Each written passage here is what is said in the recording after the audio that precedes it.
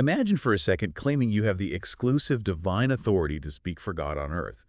I mean, how do you actually get thousands of people to agree on that, let alone, build a global hierarchy that survives for 2 centuries? Right. It's a huge logistical question. Exactly.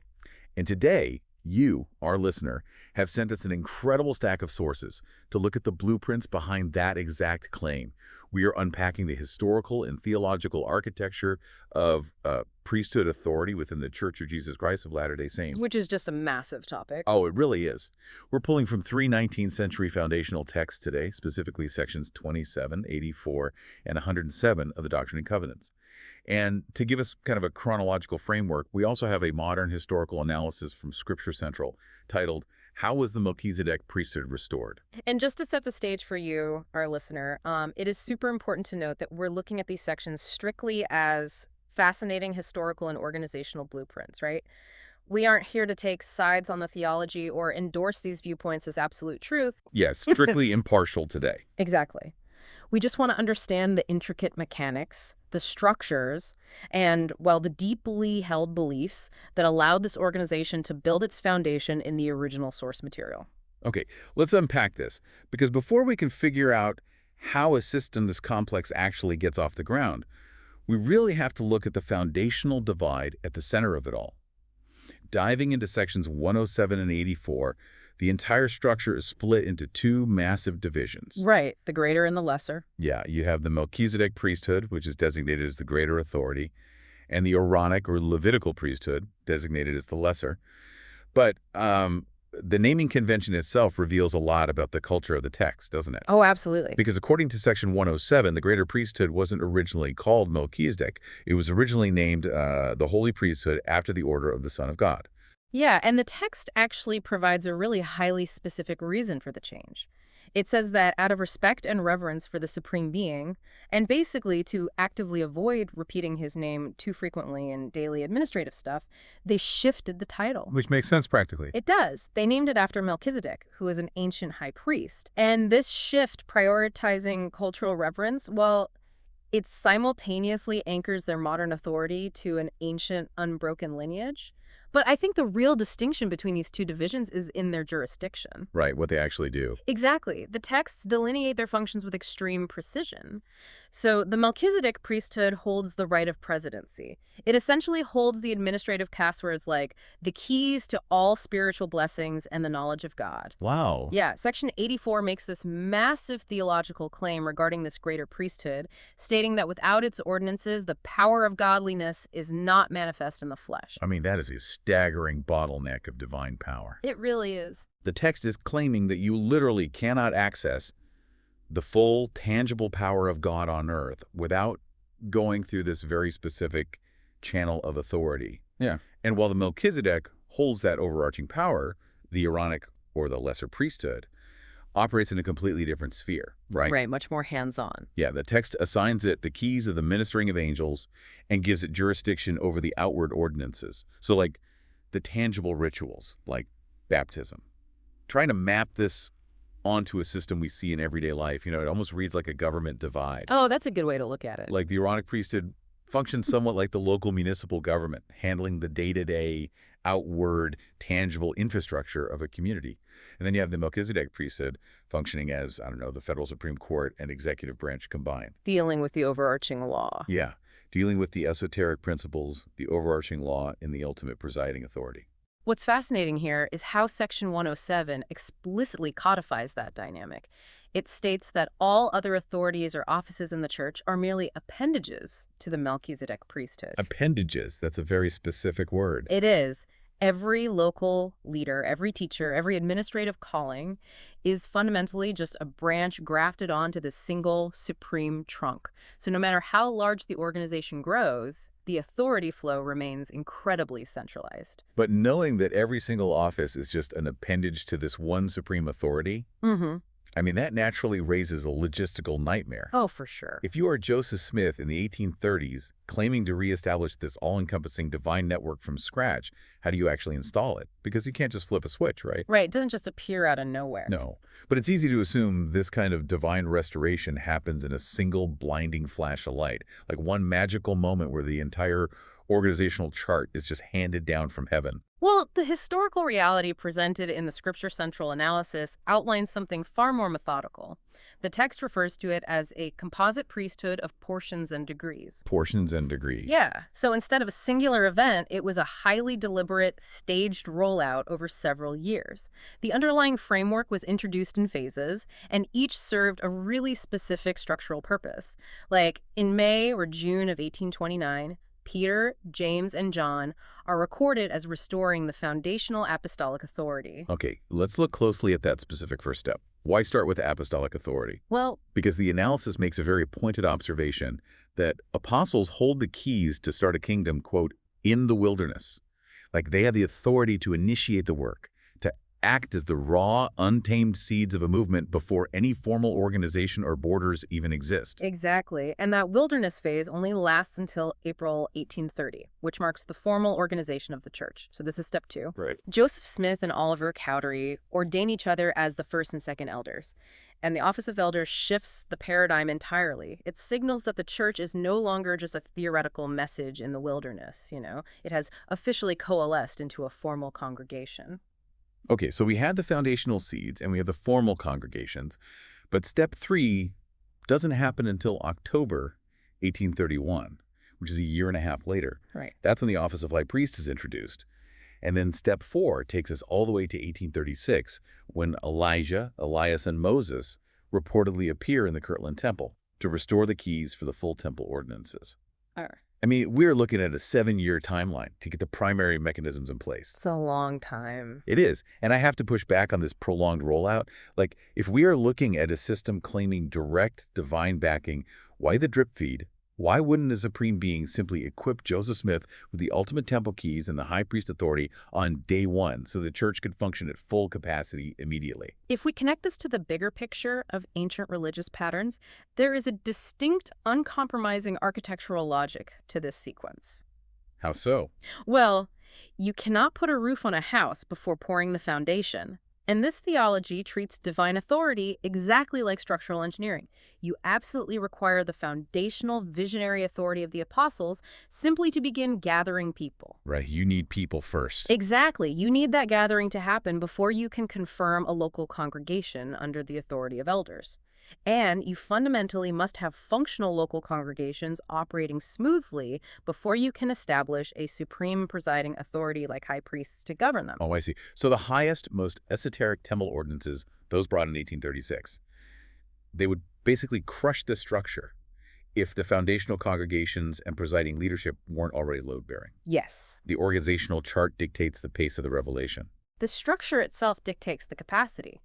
That phased architectural rollout is really the only way a hierarchy of that magnitude doesn't immediately collapse under its own administrative weight. And the sheer weight of that administration forces us to look past just the organizational chart and examine the actual human beings expected to operate it. Because sections 84 and 107 of the Doctrine and Covenants, they paint a picture of an unbroken historical change, sure, but they also outline a staggeringly heavy psychological and personal burden for the men holding these keys. They really do. And the historical pedigree is crucial to the text's legitimacy. Section 84 traces this authority meticulously backward. It details how Moses received it from his father-in-law Jethro and then pushes the lineage back person by person through Enoch, through Seth, all the way to Adam. Wow. The text is aggressively establishing that the 19th century church is not some modern invention, but the literal continuation of the original ancient order returning to the earth.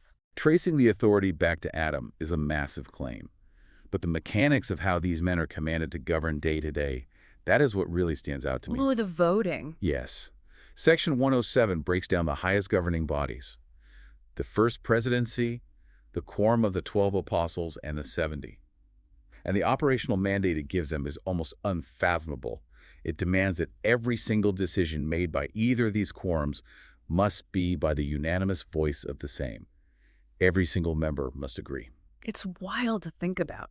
Just think about a modern corporate boardroom. You have 12 highly accomplished individuals, all with unique experiences and massive egos. Getting a simple majority is an agonizing process of politics and compromise, mandating total unanimity on every global organizational decision. It seems statistically impossible. It feels like a recipe for permanent deadlock. It would be. But the text anticipates the friction of human ego and counters it with strict psychological requirements. It stipulates that these unanimous decisions cannot be coerced or politically They engineered. can't just be bullied into agreeing. Exactly. They must be made in, quote, all righteousness, in holiness and lowliness of heart, meekness, and long-suffering. The structural requirement of unanimity is designed to force the individuals into a specific spiritual state. The system theoretically grinds to a halt the moment pride or political maneuvering enters the room. The system demands absolute personal transformation just to hold a board meeting. Right. And that required forfeiture of the ego bleeds directly into the personal cost outlined in Section 84. The text introduces the oath and covenant of the priesthood, which comes with severe real-world demands. Like, men called to preach are commanded to go out into the world without purse or scrip. Zero safety net. Zero. No money, no luggage, no safety net. You leave your home, your family, your livelihood, and rely entirely on the hospitality of strangers. But the text offers a highly poetic reassurance for this extreme vulnerability. It echoes the New Testament, actually, commanding them to consider the lilies of the field, how they grow, they toil not, neither do they spin. I love that imagery. It's beautiful. It assures them that a hair of their head will not fall to the ground unnoticed. It requires total radical trust that their physical needs will be met through divine providence while executing this authority. Which is deeply romantic, Yeah. but practically terrifying, especially on the 1830s frontier. Well, and the terror isn't just physical, it's deeply spiritual, too. Holding this authority is framed as an immense, volatile liability. The Oath and Covenant pairs those beautiful promises with apocalyptic warnings. Oh, right. Yeah, there are plagues and cursings promised to those who reject the message, and the text speaks of God exerting the powers of heaven to the point of shaking the starry heavens. The burden of acting as an agent for a power capable of shaking the cosmos is unfathomably heavy. Breaking the covenant or misusing that authority carries devastating internal consequences for the individual. The crushing weight of that personal burden naturally leads us to ask, what is the ultimate objective here? Like, what is the monumental payoff for enduring this level of earthly suffering and administrative rigor? That is the big question. And that brings us to our final source, Doctrine and Covenants, Section 27, which zooms all the way out from the earthly organization to reveal a massive cosmic goal. Section 27 is an extraordinary revelation. Given in August 1830, the historical context is that Joseph Smith was preparing for a religious service involving the sacrament. Right, the communion. Exactly. And as he went to procure wine for the ritual, the text states he was stopped by a heavenly messenger. The resulting revelation completely alters the physical requirements of the emblems. It replaces the wine with water, declaring explicitly that it does not matter what is eaten or drunk, as long as the eye is single to God's glory, remembering the body and blood of Christ. Here's where it gets really interesting. The text uses that localized shift from wine to water to pivot toward a future massive event. It describes a future day when Christ will partake of this sacrament, drinking the fruit of the vine on the earth, but it provides a highly specific guest list for this gathering. The guest list is incredible. It reads like an Avengers Assemble moment of religious history. The text names Moroni. It names Elias and John the Baptist. It names Elijah, Abraham, Isaac, and Jacob. It brings in Adam, referring to him as Michael, the Ancient of Days, and it includes Peter, James, and John. You have figures representing completely different millennia, all sitting at the exact same table. This raises an important question. Why list these specific individuals rather than just a generalized group of righteous people? Right, why them? The theology of the text operates on the concept of dispensations, meaning distinct eras of spiritual administration throughout human history. Each figure named in Section 27 represents one of those eras, and crucially, each one held a specific key, a portion of that composite priesthood we unpacked earlier. Oh, wow. Yeah, John the Baptist holds the Aaronic keys, Peter, James, and John hold the apostolic keys.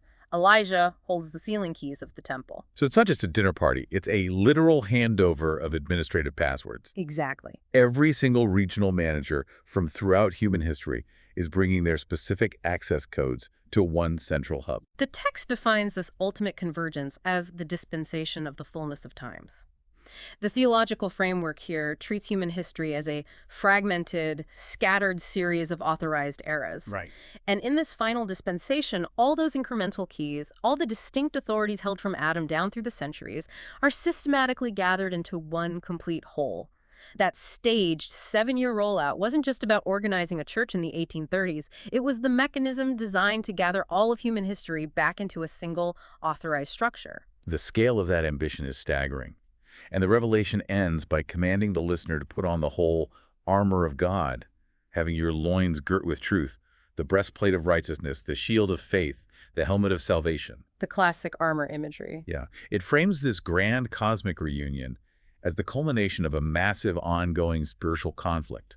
The earthly organization, the rigorous lineage, the crushing personal sacrifice, it all merges here into a final battle for the cosmos. The text leaves no room for passive participation. The stakes are total, demanding complete structural and personal commitment. So what does this all mean for you, our listener? We've navigated some intensely deep theological waters today, tracing ancient lineages and cosmic gatherings. But look at the structural blueprints underneath the theology. They are universally applicable. Exactly. Whether you are building a startup company, trying to scale a community movement, or honestly, just trying to bring some enduring order to your own life, the mechanics hold up. Strong, lasting systems do not appear in a flash of magic. They require distinct, load-bearing phases. You must build the foundation before you crown the presidency. Yes, they require an unambiguous chain of responsibility. And perhaps most importantly, they require built-in mechanisms that force the people within the system to strip away their egos for the survival of the whole. The architecture demands humility. It does. And I want to leave you with one final, slightly provocative thought drawn straight from Doctrine and Covenants, section 84, verses 109 and 110. After spending pages outlining this rigorous top-down hierarchy of divine authority, the text gives this surprising instruction. What is it? It says, "Let every man stand in his own office. Let not the head say unto the feet, It hath no need of the feet. For without the feet, how shall the body be able to stand?" If the absolute highest authority, the head, relies entirely on the lowest appendages, the feet, in order to function and stand upright, who really holds the power in a hierarchy? That's a fascinating flip. The grandest structure only works if the bottom foundation holds the weight. It's something to chew on the next time you look at the blueprint of whatever organization you belong to. Thank you so much for sharing these incredible sources with us and coming along on this deep dive. Keep questioning the blueprints and keep learning.